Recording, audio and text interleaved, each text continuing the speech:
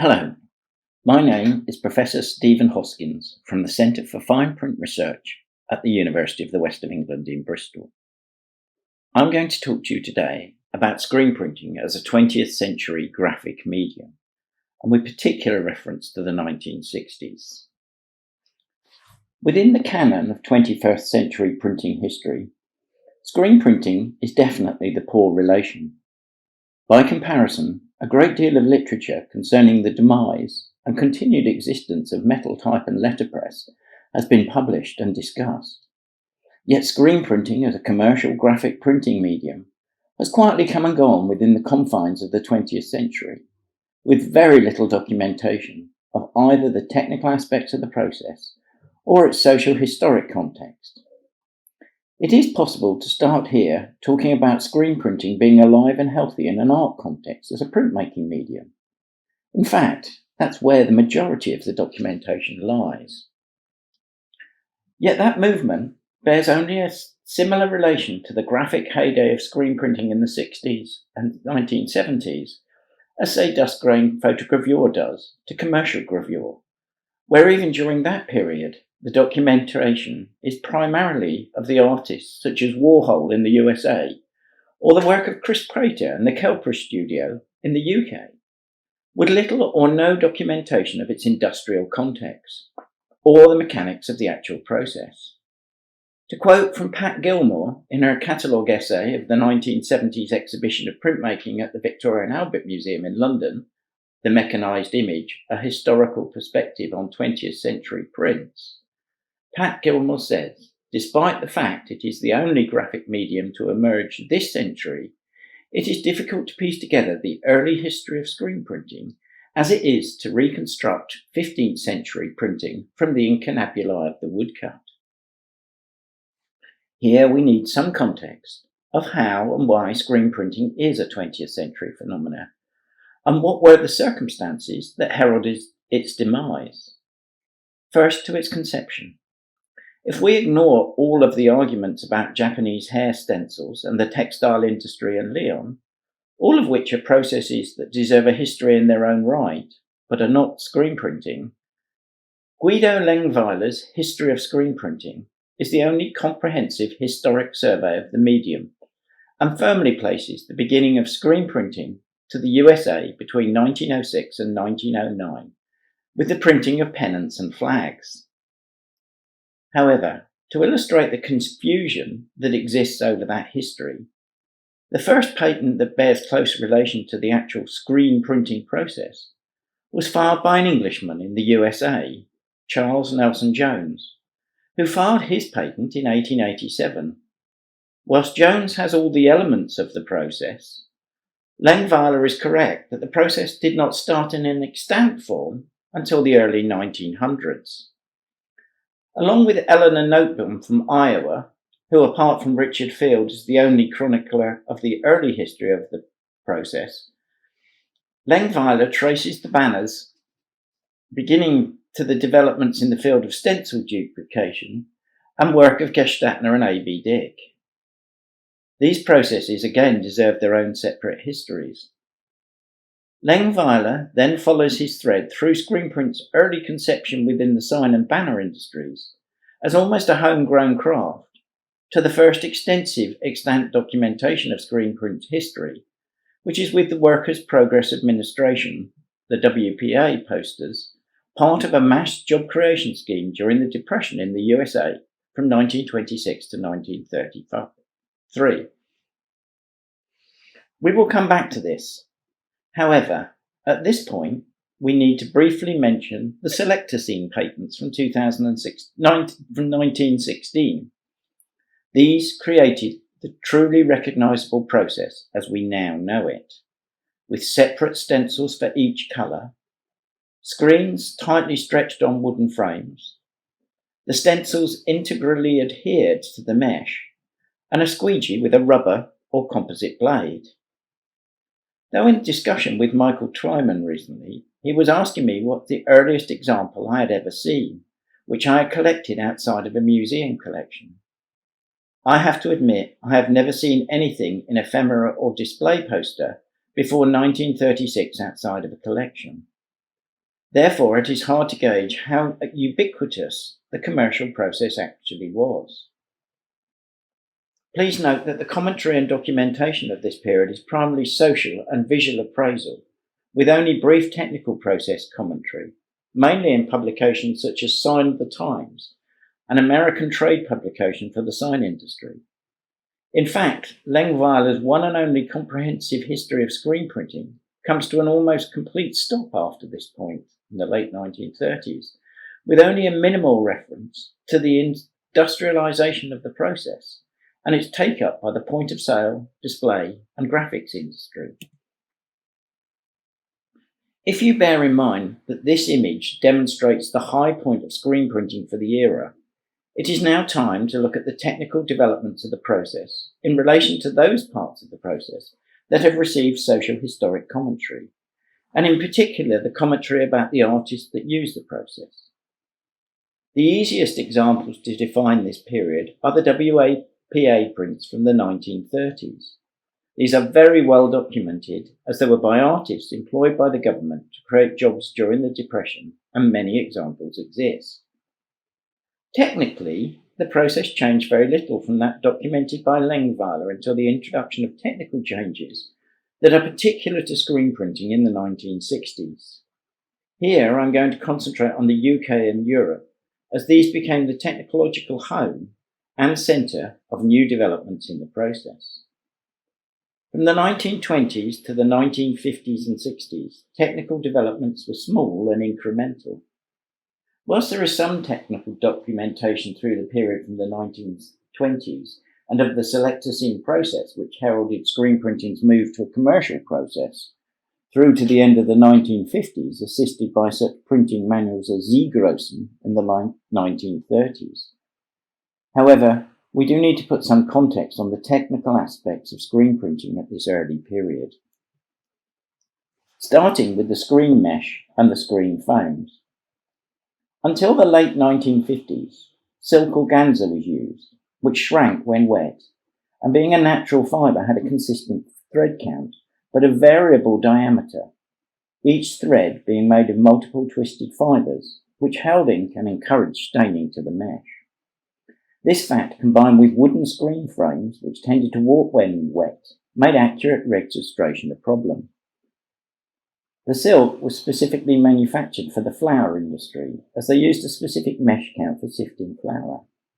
The problem with silk is that, as a natural fibre, it has what might be a hairy surface when viewed under the microscope, so attracts ink staining and expands when wet. Both factors do not contribute to accuracy.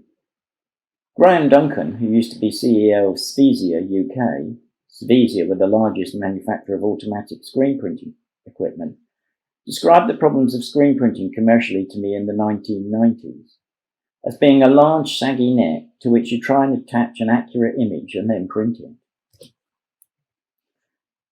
For this period of the 20s to 50s, the screen printing bore very close relation. For this period of the 1920s to the 1950s, ink for screen printing bore very close relation to gloss paints used for external signage and general use. They were thick films based upon linseed oil mediums, had very slow drying times, and tended to be washed up and cleaned with white spirit or turpentine, the traditional solvent for the sign printing industry. In fact, in many cases, they were almost interchangeable with sign writing products and were called paint as often as ink.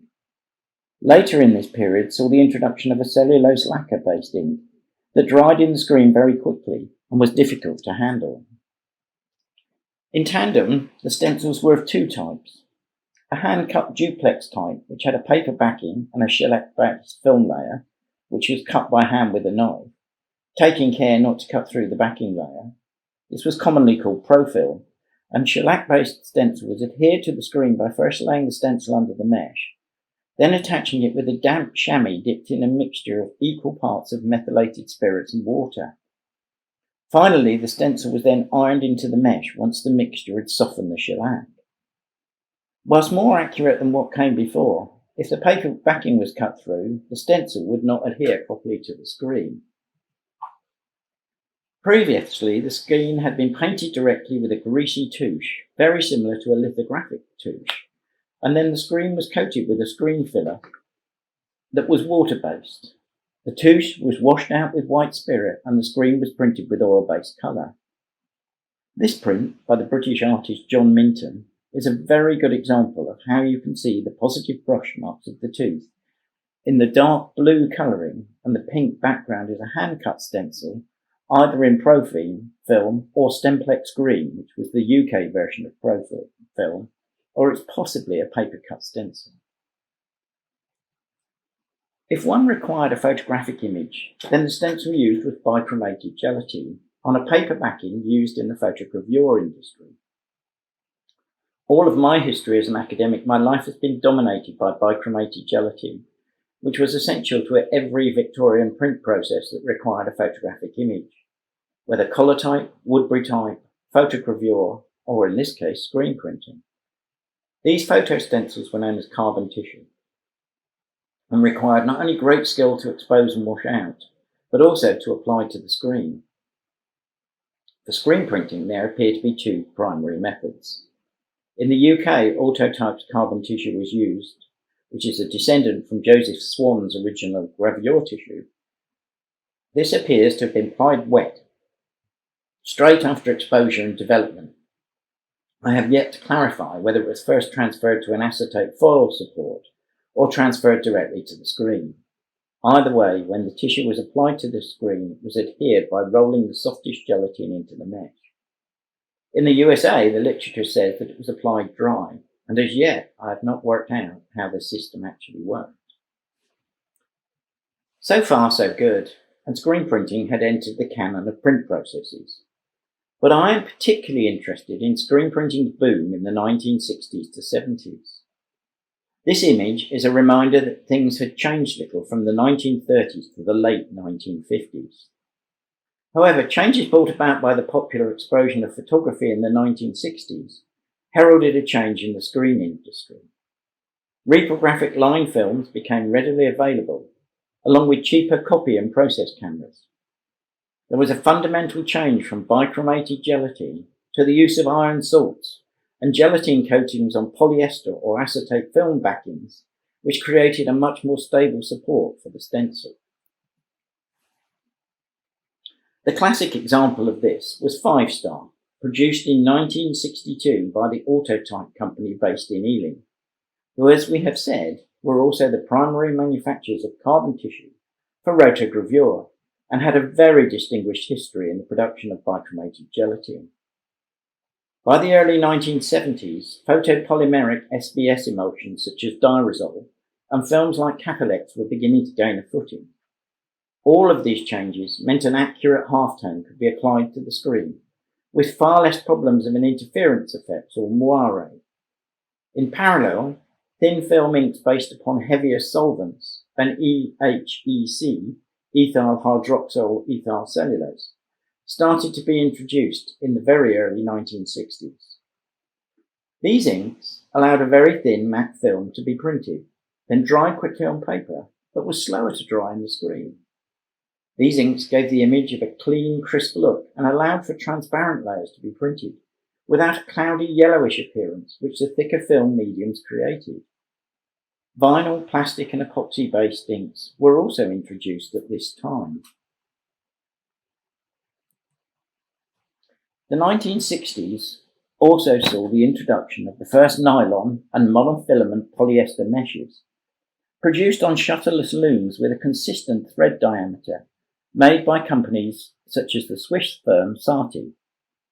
These meshes, combined with steel or aluminium frames, meant that constant tension could be applied to the mesh and accurate registration became the norm.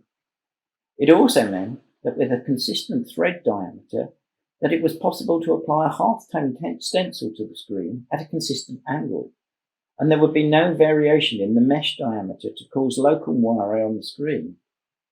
This is not to say it was impossible to apply a half-tone before these changes, but that it was now possible to apply a much finer half-tone consistently with far less problems. All of these technical developments together produced a completely different sort of imagery, which has been documented as pop art, seen here by images by Gillian Ayres and Patrick Caulfield. But without those technical changes, these prints would not have existed. Socially, historically, it would probably be claimed by historians that the prints were entirely dependent on the artists. But I would argue that the artists were entirely dependent on the technical capabilities of the process.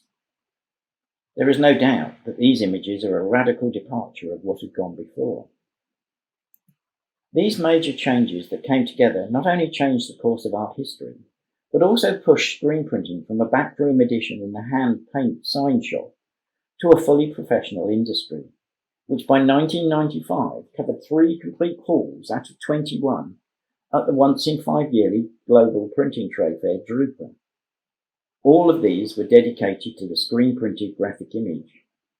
But by 2010, screen printing could not even fill half a hall, and most of the stands that were there dealt with industrial printing or printing on CDs. Currently, screen printing has a healthy future as an industrial process, which prints your car windscreen, heating elements, the element in your kettle, or the sensor that measures your blood for diabetes. Screen printing now as a graphic medium has been almost completely superseded by the rise and dominance of wide-format inkjet printing. The ability to produce a highly accurate, full-colour rendition at large scale completely by inkjet destroyed the competitiveness of screen printing. Its advantage had been the ability to render very bright colour, and by the early 21st century had been completely surpassed by the digital revolution. However, there is still a social aspect of the history of graphic commercial screen printing to consider, which was why it was so successful during this short period of 35 years, from the 1960s to the 1990s. Initially, the answer lies in its surprisingly rapid growth from a simple homemade process to commercialism. In the UK, this rapid growth meant it was not part of the strict apprenticeship training system, and therefore non-unionised. I myself drifted into commercial screen printing in the 70s and was not a member of any union. However, even I was not allowed to touch any artwork that did not have a Slade Union sticker on it, which meant the work had been approved for production. Further proof that there was a distinct separation between screen printing and the rest of the print industry is exemplified by the printer's go-to training text of the 1950s through to the early 70s, Practical Printing and Binding, edited mainly by staff from the prestigious, at that time, London College of Printing. The book covers every aspect of the print industry apart from screen printing, which does not even merit a mention. Screen printing was always something of a poor relation, partly due to its versatility. In 1977, when I first worked in the industry, I worked for a sign company called Mitchett Signs, and we printed everything from 10-metre banners, quarter-plate steel signs, window graphics, billboards, shop fascias, vehicle graphics, and the tops of petrol pumps. None of this really fitted to the commercial print ethic of type on paper, still predominant at this time. However, all of these fall into the category of what I would have called graphics and communication via visual means. Today's idea of what constitutes print is of course very different and much broader. This slide appears to be out of sequence, but I need to mention the difference between the USA and the UK in terms of the machinery for screen printing. As a generalisation, in the UK and Europe, the vacuum suction table was a fixture for printing any prints of quality, whereas in the USA, particularly within art printing, a vacuum top was uncommon. However, the hand bench and vacuum table is the final part of the fundamental change from the 50s to the 60s. Warhol, on the right here, deliberately wanted mistakes and bad printing in the name of art. In the UK, screen printing's slick brashness personified swinging London, and the vacuum table allowed for strong, flat colour statements. To return to that heyday, unfortunately, it is not easy to find extant examples of ephemera of a process that was given little technical credence, and their relation to the prevailing social context. However, there are 2 areas where samples and literature are identical, if not readily available. These are in the printed rock posters from the 1960s and the artist's original print market of the same era. In regard to original prints, the change in materials available and the very crisp, colourful results created a huge rise in the popularity of screen printing for artists. This is exemplified by the pop-up prints from both sides of the Atlantic. In particular, Andy Warhol and Chinon in the USA, and Chris Prater's Kelper editions in the UK. It suddenly became very easy to create accurate, detailed photo imagery with none of the problems of carbon tissue. The thinner films meant much faster drying times and a crisper image, and the new screen meshes meant accurate registration for full colour separation of halftone images. This in particular can be seen in the work of Eduardo Palozzi, Gillian Ayres, and Patrick Caulfield, printed by Chris Prater at Kelper Studios. Of course, not everybody adapted to these new changes at the same time. For many years, I had a copy of Richard Hamilton's Kent State print, published by Dorothea Leithart in Stuttgart, which was printed by Dieter Dietz in Lenkermost, Germany, in an edition of 3,000. Although printed in many colours with a halftone taken from the television screen, the print had a physical thickness due to the linseed oil-based ink used, which meant that the print could not be rolled, and if not handled carefully, the print would crack easily. In conversation with Richard many years later, it became clear that he deliberately chose this older style of screen printing to give him a thicker print and cloudy ink that more closely represented the rendering of a colour television of the era. In contrast, if we look at a Led Zeppelin poster for the Fillmore East in San Francisco in the 1970s, we can see that the photographic halftone features heavily, along with bright, flat colour, another feature of the thin film inks. Although few music lovers would readily agree with the sentiment, but there is a real affinity between these 60s rock posters and the punk posters of the 70s and 80s, such as the Sex Pistols and Nevermind the Bollocks poster by Jamie Reed. A similar freedom can be seen in the posters for the UFO Club in England, and we can see the use of photo stencils, but also the freedom of using metallic ink and the classic screen print blend. These posters could be produced cheaply in small numbers at relatively low cost, without the constraints of union rules. They certainly weren't constrained to a form or square, to follow the argument of other printing technologies having less constraint. At this point, I will return to the discussion of a further feature that assisted the quality of screen print, and this is the hand bench vacuum table and the semi-automatic screen print bed with a one-arm squeegee. This is partly because vacuum tables have been available since the 30s, and partly because their adoption was very spasmodic, particularly in the USA. However, in the UK and Europe, the vacuum table was an integral part of any quality print shop. In fact, this is demonstrated by the competitive market in the UK, with a range of manufacturers such as Mahler, Kipax, Graphical Display, TrueMaps and Macgraph. Whereas in the USA, the only hand bench manufacturer, Cincinnati, has made the same press since the 1950s.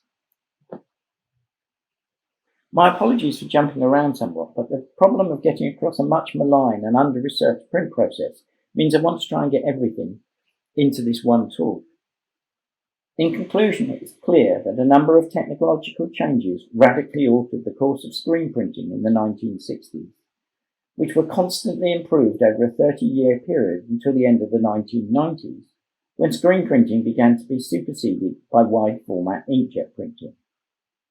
My question would be, how would screen printing have developed if wide-format inkjet printing had not appeared on the scene? Thank you.